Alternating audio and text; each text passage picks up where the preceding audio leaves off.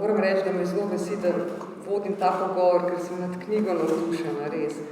Z mano sta avtorja, Nataša Strlič, kustosinja Muzeja novejše zgodovine Slovenije, Damjan Stepančič, ilustrator te knjige, Tone Stojko, znameniti fotograf in tudi posredno tudi avtor knjige, ker mislim, Damjan, da je veliko ilustracij nastalo na podlagi fotografij gospoda Stojka, ter Iztok Čop, prejemnik prve medalje za državo Slovenije na olimpijskih igrah.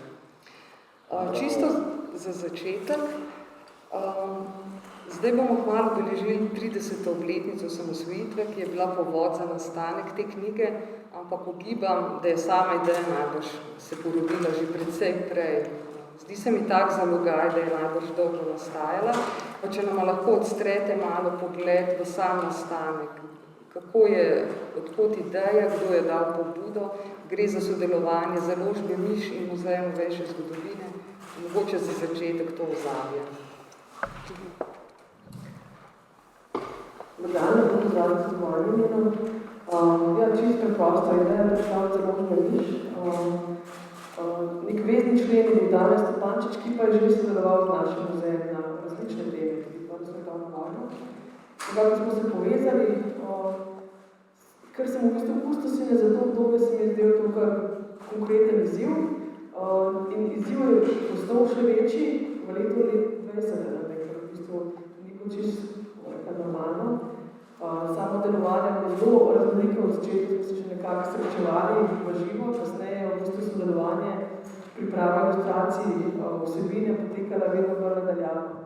Je bil pa res krasen izziv tudi zame nekaj čisto novega, predvsem dal v bistvu neko zgodovino, ki je mogoče za koga na trenutke malo dolgočasna, predstavaš to v bistvu na tak fin, ilustrativen način in knjiga res bo na koncu nastala taka. Ilustracije so krasne, otroke, ki mogoče niso najbolj vešči branja, ampak niso nek ljubitelji branja, spodbudi dodatno v bistvu, da mogoče preberejo te stvari, hkrati pa v bistvu, da v branju in gledanju privabijo tudi generacije starejše, predvsem tudi tiste, ki so doživeli to obdobje, ampak so mogoče malo pozabili vrstno let.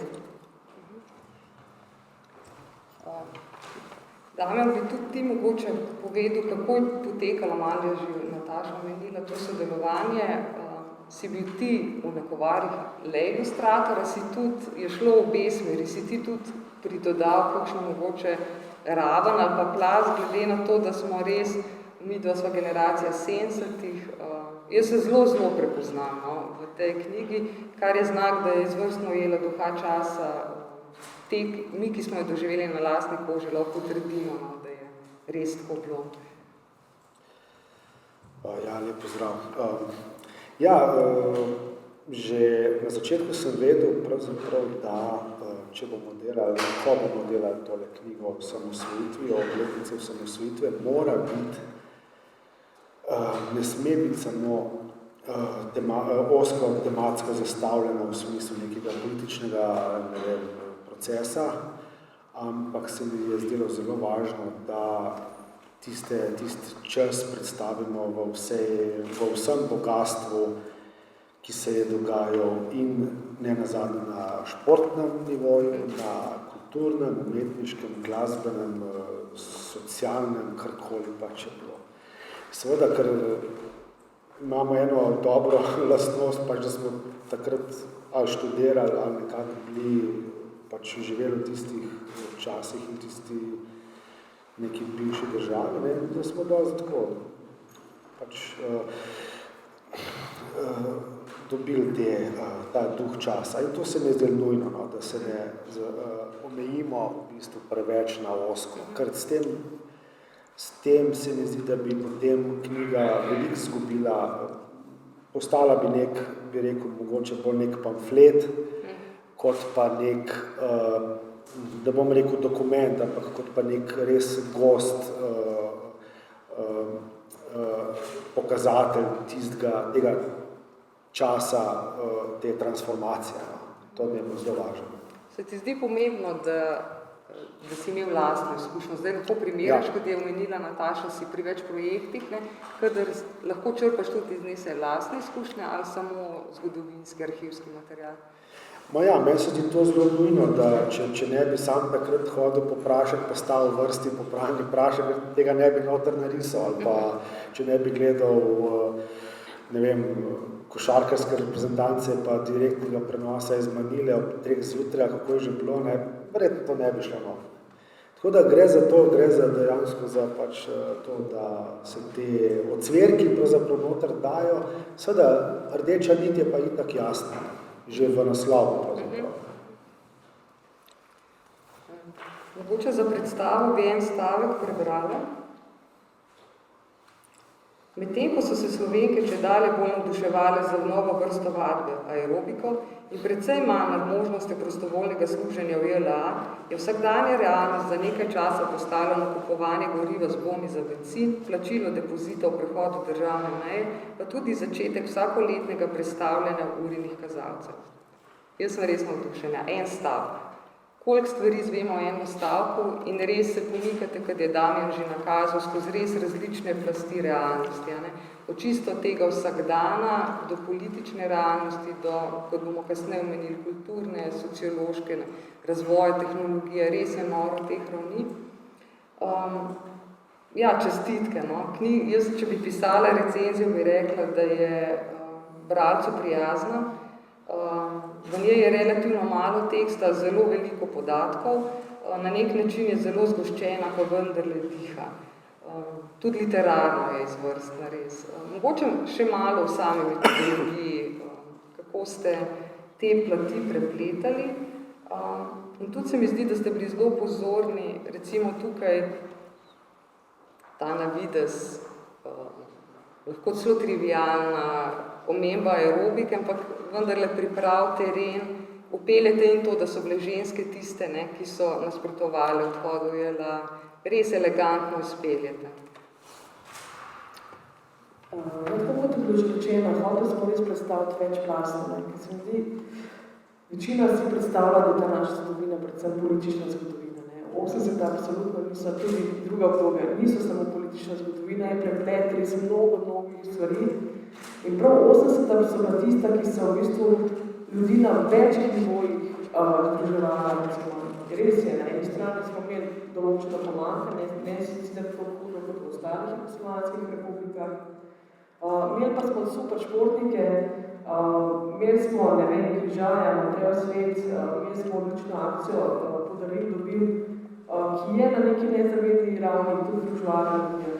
Prav te segmente, tako športne, vsakdanjega življenja, tako akcija Slovenija, moja dežela, smo hoteli res združiti, narediti te plasti in ljudem prikazati res, da v bistvu zgodovina ni samo enoplastna. Res večplastna je tudi zgodovina vsakdanjega življenja. Različne ljudi boš vprašal, kako se spomnijo tega časa, različno bodo govorili. Jaz osebno sem bila takrat otrok, osnovno šolka, priznam, mi ni bilo kaj hudega, ker se nisem ukvarjala z nekimi eksistencialnimi problemi, ampak stališče nekega starša ali nekoga drugega pa malo drugače pogledati. In tukaj smo pa želeli ujeti res raznolikost, hkrati v bistvu zgodovinsko točno, ampak res zanimivo tudi za bralca, da mu prikaže to obdobje, ki sicer mogoče v šoli pride na koncu in zelo na hitrco, da v bistvu bralec, bralka dobi neke korake v to samostojnost in ugotovi tudi res, koliko enih uspehov je to na tem področju. Tako bom rekla na področju, če se zdaj obrnem na naše goste, tako na področju fotografije, recimo Tone je res bil fotograf, ki je naredil neko tako abecedo te demokracije fotografska, da je res bil praktično na vseh zanimivih dogodkih, ki so se dogajali. Gospod Čop je prav tako opisal zgodovino, s to medaljo, tako da res želja je bila, da se naredi zadeva zanimiva, večplastna in pa zgodovinsko točna. Preden se dotakne gospod Stojko vsebine vaših fotografij, bom vzela za izhodišče eno od gesel, se ne vem, če je prav, če se reče geslo, eno ilustracijo. Radio študent, eno od pridobitev študentskega gibanja v Sloveniji, je z inovativnimi pristopi privabljal poslušalce in vedno bolj oblikoval javno mnenje. Z Roške ceste, kjer je julija 1988 potekalo sojenje četverici, so novinarji Radia Študent svoje posnetke z magnetofonom neposredno v eter predvajali s pomočjo telefonov v telefonskih govorilnicah. Prosim. Spet en dober primer, ne, kako se združi politična raven, hkrati pa tudi na nek način bi lahko rekli zgodovina tehnologije. Nepredstavljivo po moje našim otrokom, digitalni generaciji, kjer se s telefoni neposredno javljaš na Facebook, kamorkoli, da so snemali z magnetofoni prek telefonskih govorilic.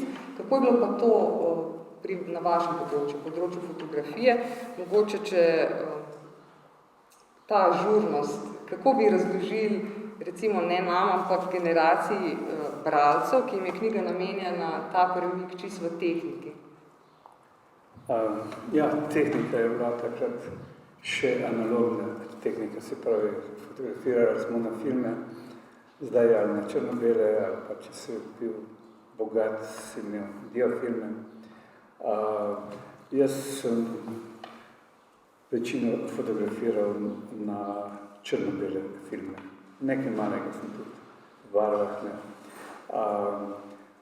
V bistvu smo bili vsi željni informacij v tistem hipu.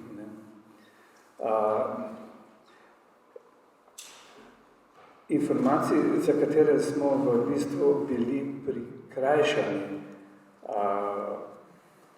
ker pač sojenje ni bilo javnost, sojenje je bilo v tujem jeziku samo.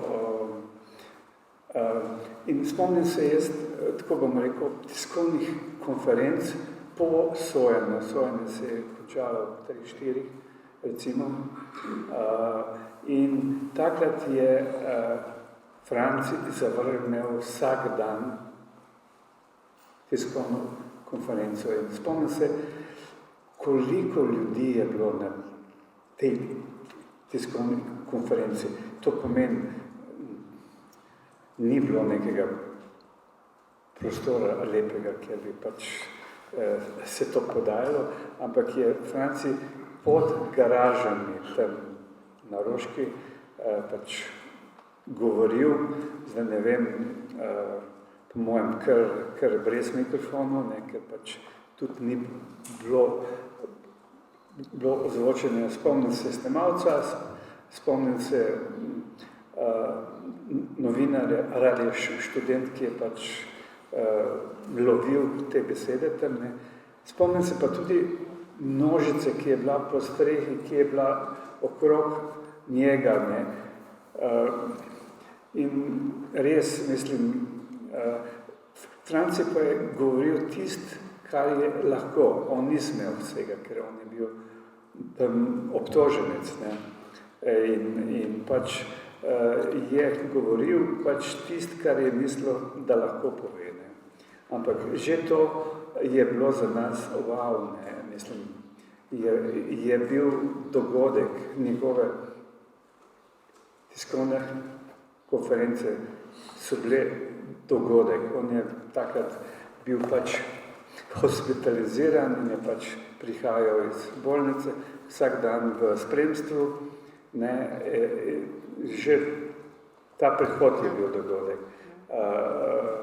Tiskovne konference so pa bile res v slabih pogojih, namreč takrat ni bilo interneta, ni bilo teh množičnih direktnih prenosov. Danes recimo demonstracije snemajo in predvajajo istočasno po medijih, po Facebooku ali pa kjer ne.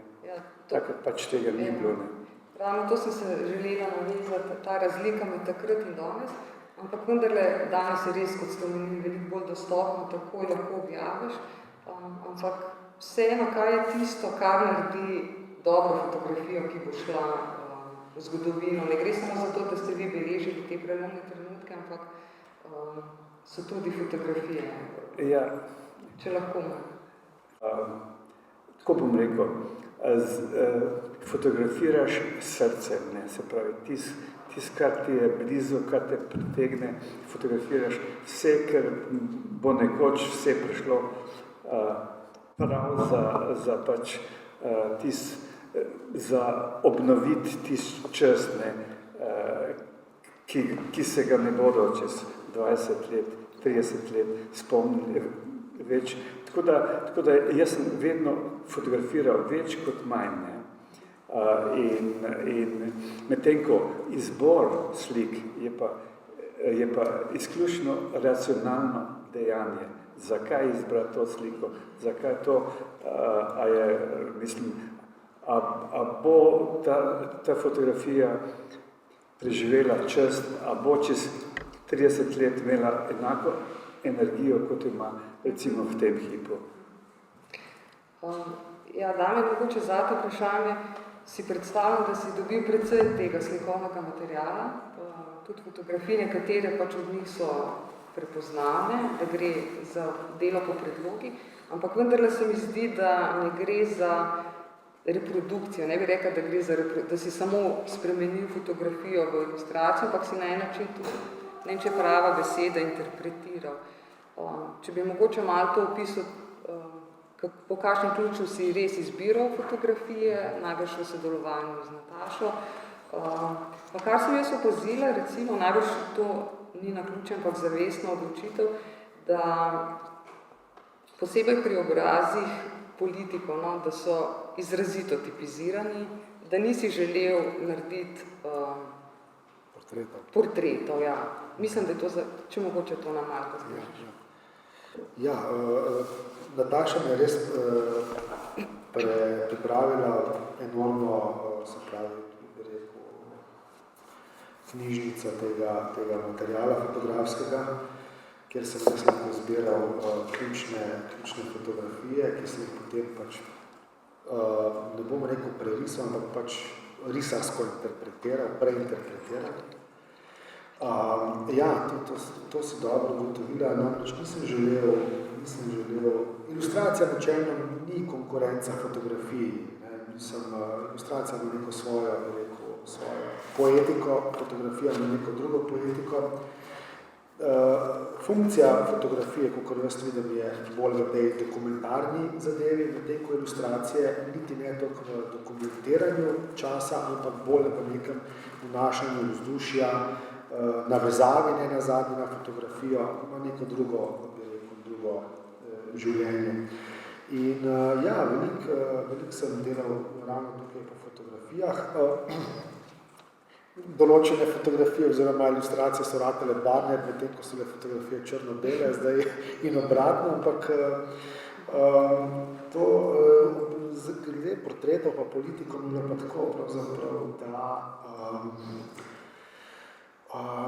ni mi bila ideja, da bi iskal neke karakterje pa karakterne poteze v portretih pač teh protagonistov, ker se mi je zdelo, da itak fotografija sama zase dosti pove, če jo bodo bralci gledali, pač najdel.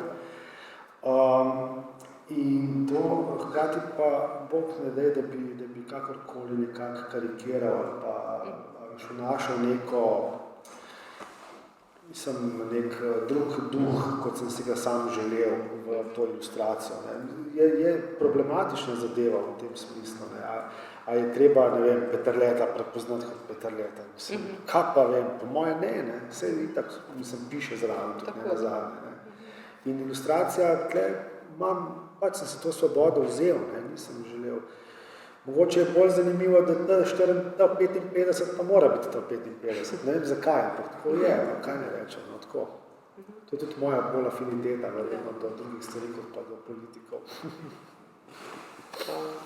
Na drugi strani, če si tle tipiziral, kar se tiče tipografije, si pa zelo natančen pri reproduciranju, ne vem, lilnih plakatov, glasovnih lističev, kar je spet likovno zelo zanimivo. In na en način se potem knjiga, če jo takole listaš, lahko bere tudi kot ena zgodovina grafičnega oblikovanja. Mislim, jo lahko vidiš, ne? Ja, vsekakor je ta grafični material, ki je takrat vzniknil ob vseh teh, protestih ali pa tiskovnih in tako naprej. Tega materiala je bilo, ali pa ob nenazadnje pojavljanju novih strank, volitev in tega je bilo veliko in ogromno in nenazadnje tudi ta akcija Slovenija moja dežela, ki je spora bila seveda mišljena kot čisto turistična in potem kasneje se razlegla še na druga polja. Te zadeve so bile tudi po današnjem kriteriju dobro narejene in domišljene in se mi je zdelo zelo važno, tudi nenazadnje recimo plakat Dan mladosti od se pravi novega kolektivizma. Dobre stvari in mi je, se pravi, govorilo je o nekem vizualni kulturi, likovni kulturi, ki je bila takrat mogoče za razliko od danes bistveno bolj artikulirana in zrela. Čas je bil dejansko zelo zrel in to je bilo nujno prikazati po mojem tej knjigi. Gospod Iztok, se upravičujem, da ste tako dolgo na besedo čakali. Če smo omenili, mi smo doživljali ta čas bolj, čeprav je bil preloman, recimo z Damjanom, bolj v svojih majhnih zgodbah, vsakdanjih življenjih, vi ste bili na en način oboje, doživljali ste čas in bili ste eden od teh osebno in družbeno ste se oparili, pač doživljali, bili ste eden od akterjev, tako rečem. Če se mogoče lahko da podelite z nami kakšen oseben spomin, pa tudi kako je, ko se opade čisto osebna zgodba, pa prelomni trenutek, kar se je prvo zgodil. Potem si bomo pa pogledali še od izjavo Jureta Zdovca. Ja, jaz moram reči, da se kar malo z nostalgijo spominjam tistih časov. Res je, da sem imel to srečo, da sem v bistvu že delno domel prej vsa dogajanja v 80-ih, ali pa ne vsa, pa v drugi polovici 80-ih. Tudi nekaj flashbacka je bilo v prebiranju knjige, ki se spomniš teh bonov. Za prašek mi ni bilo treba stati sicer v vrsti, ampak bonov, potem unih tablic, ne par, pač iznajdljivost na dopust z dvema kompleti tablic, pa take. Ampak seveda pa pol ta narodni zanos s konca v 80-ih smo v bistvu imeli jasen cilj, skupen cilj, pa k temu delali. In da potem to doživiš, oziroma da lahko predstaviš, oziroma da jaz sem tudi lahko primerjal odnos do nacionalnih simbolov, če temu tako rečem, koncu 80-ih, po začetku 90-ih, se pravi, kot Jugoslovanja v bistvu nihče ni razumel, na prvenstvih nismo razumeli tujcev, ko so tako ponosno nosili opremo, mi smo komaj čakali, da bomo te zadeve zamenjali z drugimi, ker je bilo veliko bolj fajn nositi na ameriško trenerko kot jugoslovansko, danes mi prekleto žal, da sem večino tega materiala res predobil. In pa potem ta možnost, da na sveže predstavljaš novo državo, ki je bilo za nas precej bolj čustveno kot za marsikoga druga. In ta primerjava, v bistvu jaz moram reči, da smo imeli res srečo, da smo to lahko doživeli, če danes gledamo nazaj. Po eni strani je bila vedno prisotna malo nervoza, tam leta 91-92, da bomo sploh imeli možnost nastopati za koga.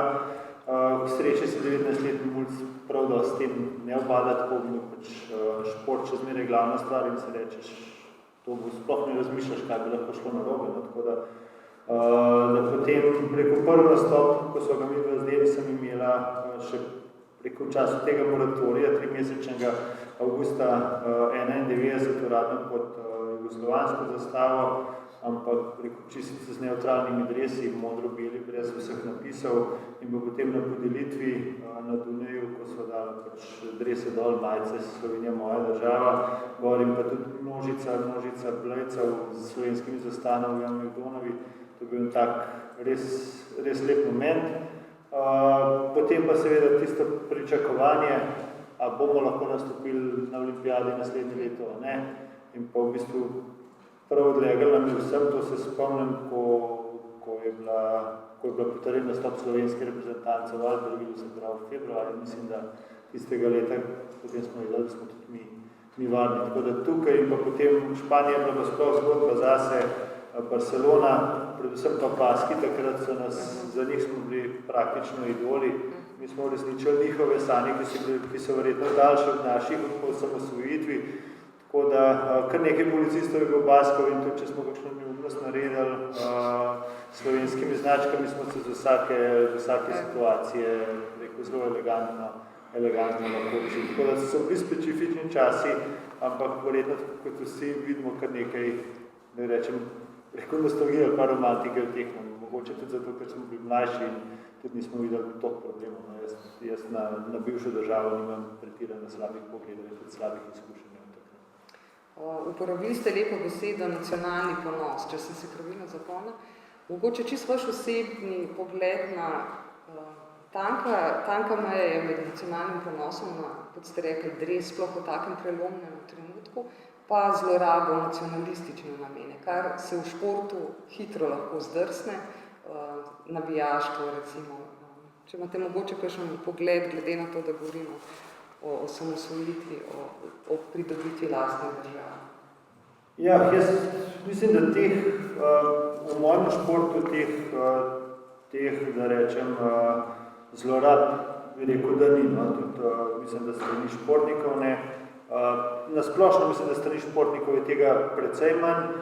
Strani navijačev pa verjetno. To mislim, da bo koliko bo do tega prišlo več vedel povedati Jure, ker tam se še nekaj časa potem naprej v različnih verzijah Jugoslavije se je marsikaj dogajalo, ko si imel za isto reprezentanco več taborov na tribunah.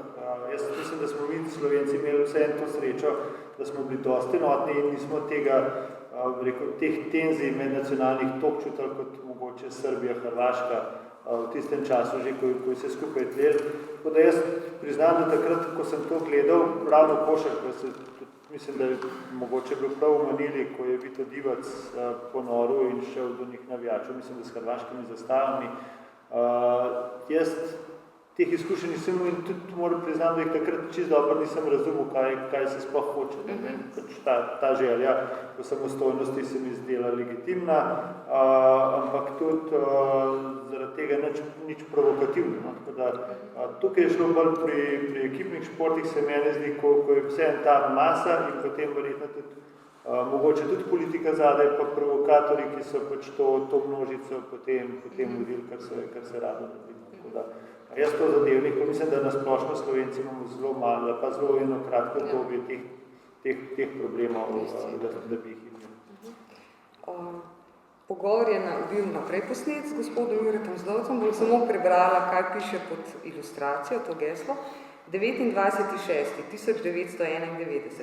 Košarkar Jurij Zdovc, član jugoslovanske reprezentance, se je v agresiji JLA na Slovenijo odpovedal zadnjim tekmam in naslovu evropskega košarkarskega prvaka ter se iz Italije vrnil domov. Predčasno in na lastno željo so se sredozemskih iger v Atenah vrnili tudi nekateri drugi slovenski športniki. Zdaj pa bomo pogledali.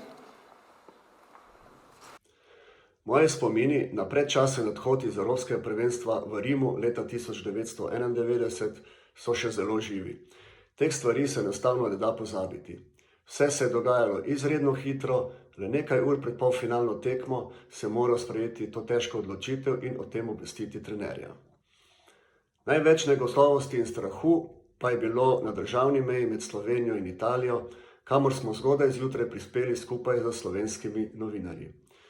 Na našo srečo pa so nam pripadniki jugoslovanske vojske dovolili, da smo lahko varno prečkali mejo in se vrnili domov.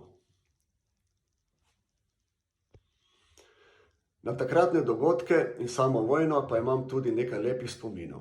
Takrat smo res vsi Slovenci stopili skupaj. Zaupali smo našim voditeljem, ki so nas skrbno obveščali in res naredili vse, da je bila vojna čim krajša in ne boleča. Osebno se spomnim, da sem moral postaviti poroko za nekaj tednov. Dokaj hitro pa sem lahko s ponosom oblekel tudi dres z slovenskim grbom. Hvala. Zdaj bi se vrnila k avtorici in se navezala mogoče malo na besedo vznesenost pa evforija, ki je bila zagotovo prisotna ob teh dogodkih. Ko sem prebirala knjigo, Ponavadi se uporablja beseda objektivnost, ne, pri zgodovini, objektivni pogled. Jaz sem razmišljala, da meni pa pade na pamet beseda trezen ton. Nek tak miren, trezen ton se mi zdi, kar se mi zdi velika odlika. Za naložb nisem začela s tem z vprašanjem, ampak vsebina te knjige ni nevtralna, rečemo ideološko nevtralna. Vas je bilo tudi strah se mogoče tega lotiti, mogoče tudi od strani založbe se mi zdi pogumno. In ko prebiraš, ta miren, trezen ton bi izpostavila, najbrž ste ga zavestno peljali.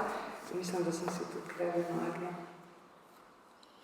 Vznesenost ob nastanku lastne države so čez noč zamenjale vojne razmere. Bolj kot slovensko vodstvo, ki je bilo seznanjeno z možnostjo vojaške agresije JLA na pravkar nastalo državo, je nova realnost pretresla in hkrati poenotila prebivalce Slovenije. Prav tako je v neugodno situacijo postavila slovenski osamosvojitveni, nenaklonjene evropske in svetovne sile. Podobno, kot je tu gospod Zdovc opozoril, skratka, čeprav se razne dogodki vrstijo, se čuti ta ton, poudarjate enotnost, ljudi, vodstva, neka taka, zelo se izogibate polarizaciji, ne vem, ker bi knjiga lahko tudi s takim tonom bila napisana.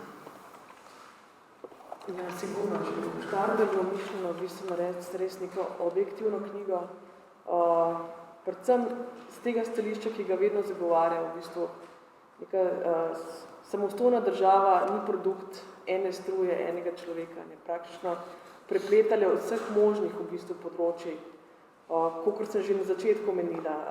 V to smer smo v bistvu sem praktično tudi pisala, ne, tako se v bistvu že do, bomo rekli, tega poglavja, ki predstavlja prav ta dejanski akt osamosvojitve, ta 25. junij 91, da se vidi v bistvu res ta mozaik, ki se je sestavljal na različnih področjih, pri čemer sem želela seveda vključiti čim več v bistvu in posameznikov, in skupin, in raznih struj in tako naprej. In na v bistvu vsem probala na nek objektiven način in res čim bolj nevtralno, merno pripeljati v bistvu do tega res zadnjega akta. Hkrati seveda si zgodovinar, se držiš faktov, ampak hkrati seveda sem tudi živela ta čas, res sem rekla, v bistvu sem bila precej mlajša, ne, ampak vse probaš res ta duh časa ujetno, pri čemer mi je bilo res veliko pomoč, praktično tudi Damenove ilustracije, tudi ideje, tako strani Anžeta, tukaj moram se še enkrat pohvaliti, v bistvu tudi urednico Gajo Kos, da smo naredili en tak res produkt, knjigo, ki na prijazen način predstavlja v bistvu to obdobje. Hkrati mi je bilo pa tukaj veliko pomoč tudi to, da pač delam v tem muzeju, ki se ukvarja z zgodovino 20. stoletja, sama se tudi ukvarjam predvsem s tem obdobjem od leta 80 naprej, tako da sem imela že kar dosti osnove, da je tudi, bomo rekla, muzeološke, s katero in nekega stika z obiskovalci, pri čemer veš približno, kaj bi jih zanimalo in kako bi jih zanimalo. Absolutno, vedno se bo nekdo najdel, pa bo rekel, tega pa tega ni noter, ampak to smo lepo v podnaslovu zaobjela, in hkrati v bistvu res želeli narediti neko objektivno zadevo, da res zadeva, da sam tekst, ilustracije tečejo normalno, merno, ampak hkrati prikazujejo ta duh časa in tudi dejansko to vznesenost, to enotnost. Ne vem, jaz se spomnim tega 27. konec šole je bilo, zjutraj sem se zbudila, normalno sem mislila, da se bo začela počitnice, priznala, nisem imela pojma, da se bo karkoli dogajalo, da slišim iz radijskih valov, vojna se začela. In v bistvu, najbolj, kar se spomnim, je v bistvu ta tesnoba, ker res ne veš, kaj bo, koliko časa bo trajala, čez neka nova situacija.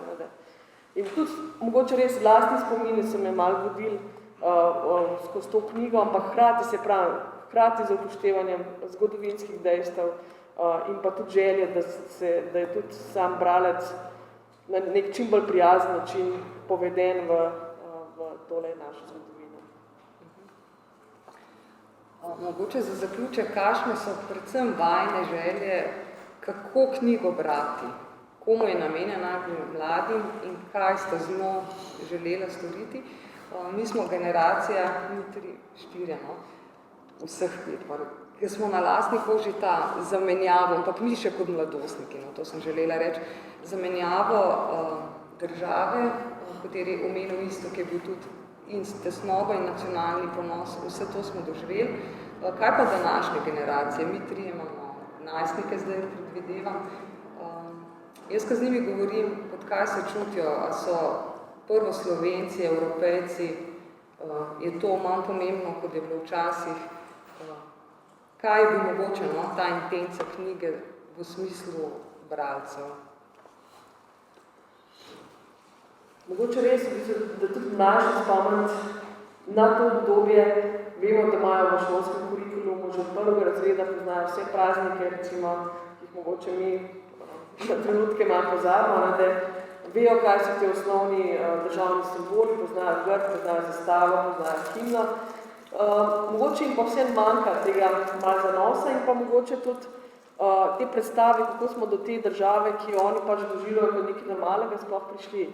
In to je bila ideja v bistvu te knjige, da jim to predstavimo, seveda pa ni bila želja, da se to usmeri izključno na otroke. Mislim, da je bila to knjiga, ki je namenjena predvsem večgeneracijskemu branju. Da zraven bere starš, mogoče star starš, da pogleda pa reče, jo, to jaz pa tega pa tako spomnim, pa a res, a to je bilo takrat, a ni bilo takrat, da dobijo nek res scenosled, recimo, tega obdobja in hkrati v bistvu podoživljajo in pa da jih mogoče tudi potegne naprej, ne vem, na nekem področju, na neko temo, da sami raziskujejo naprej. Tudi to je želja, ker tukaj so res taki osnovni fakti, osnovni podatki z željo, da jih motivira, da raziskujejo naprej. Ja, jaz pa to bolj vidim, seveda se strinjam tudi z Natašino to, se pravi, interpretacijo, ampak se mi zdi pa tudi zelo važno, da je ta takratna participativnost vseh teh ljudi, pa vseh teh družbenih množic, pa celic, pa ne vem česa, vsega bila zelo, bi rekel, povezovalna. In verjetno tudi danes nastopajo taki časi, ko je to na nek način zaželjeno in nujno. Mogoče to se mi zdi glavno sporočilo, da država ni nekaj, kar je samo po sebi umevno in da pač imaš, pa vse ni važno danes, kje živiš, a si v Nepalu ali pa v, ne vem, Namibiji, ne? Ampak da je važno, da si tukaj, da si nekako, bi rekel, sodeluješ pri celi stvari, da imaš seveda veselje, to življenje in seveda tudi odgovornost. Da, se mi zdi, da je to sporočilo danes, smo probali tudi ne samo obujati nekih spominov za nazaj, ampak tudi na nek način pokazati, kaj se takrat dogajalo in kako lahko danes to še naprej, bi rekel, artikuliramo in vzdržujemo to stanje, bi rekel, zaželjenje svoje države in jo negujemo. Verjetno je podobno kot z neko rastlino, ki jo je treba negovati skozi ves čas in ni samo neko golo dejstvo, ki je tam nekje v nekem kotu ždi in pozabljeno, ne? Ampak gre za nenehno na nek način spraševanje odnosa in tako naprej. Obnašati se tudi na nek način, bi rekel, odgovorno. Se strinjam, hvala. Za Valjko mogoče še zadnje vprašanje. Sta ponosna na en način, da sta v knjigi vsak s pojenim geslom? Mislim, na en način je bila huda selekcija, res iz množice dogodkov in oseb so presejali najpomembnejše? Ja, vsekakor, no. V bistvu to pomeni, da si pustil nasled. Jaz sicer zdaj je to aktualno v teh današnjih nekaj bolj v tej okrogli obletnici. Delno je to posledica preko kvalitete, delno pa tudi sreče, no? Da časovno se opadam to. Zdaj, če smo čisti iskreni, prva medalja je bila osvojena en dan pred drugo medaljo, se pravi, pač srečo sem imel, ali pa vidva zdaj nisem, da je bila najna tekma na programu prej, da smo živeli v tistem času, ampak v drugi strani pa sem pa vesel, seveda, da smo bili toliko dobri, da smo lahko lahko dosegali rezultate. Bi se pa vseeno vrnil malo na to, prej tudi jaz sem se v knjigi sprašal, mislim, da za mlajše generacije odpira več vprašanj, jaz upam, da jih bo to. Banalna stvar je ravno ta aerobika, boni, jaz mislim, da je to nepredstavljivo. Jaz razlagam, da smo hodili po kavo čez mejo tam v Avstrijo in je to nepredstavljivo, ampak predvsem pa ta, rekel, pregled celih 80-ih, da se mogoče splača za kakšne cilje malo potrpeti, pa kaj že provati, ker danes se mi zdi, da tega malo, da imamo pač v coni udobja živimo in nas ne briga nič razen, a dela interneta, imamo nov telefon. Tako da jaz upam, da ta zdaj generacija vmesno, mislim, da smo res malo zgrešili, da je drugačna in pa da tudi mi malo realno gledamo, po drugi strani pa vedno so starši govorili v naših časih, da vse boljše, smo bili mladi, tako da upam, da ni samo to, no, ampak da vseeno bo tudi ta knjiga prispevala k temu zavedanju, da za nekaj večjega se treba tudi potruditi. V športu je tudi tako in tudi vidim pri generacijah, da hitrejše odnehajo, zato ker imajo pač distrakcije in izbire precej več, kot smo jo pa mogoče mi imeli, za kar pa ni naredno. Jaz sem pa ostal brez besed.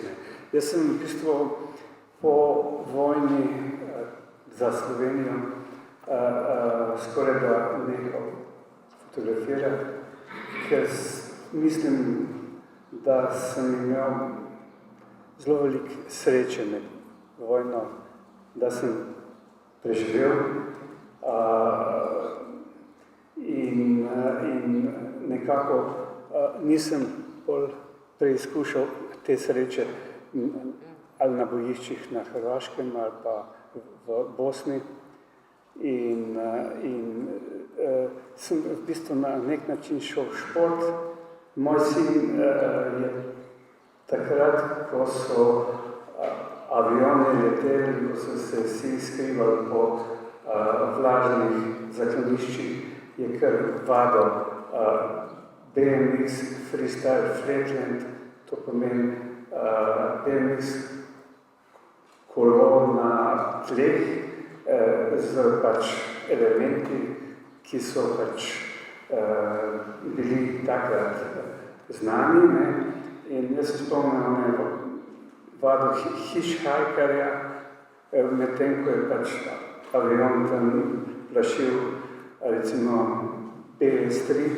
In kmalu zatem smo šli na svetovno prvenstvo v BMX-u na Dansko in smo komi izsilili, da smo imeli takrat izobešeno slovensko zastavo. Med vsemi nastopajočimi je bila Slovenija. Simon je takrat bil 8. Potem pa je bil 3-krat svetovni prvak tudi v tem športu. In sem izbral raje šport, podpiranje športa, ker pač otroka moraš podpirati, moraš kupovati kolesa, moraš financirati potovanje in tako naprej. Sem izbral raje to, kot pa karkoli drugega. Najlepša hvala vsem za pogovor in tudi založbi Miš za pogumno in izvrstno knjigo. Hvala.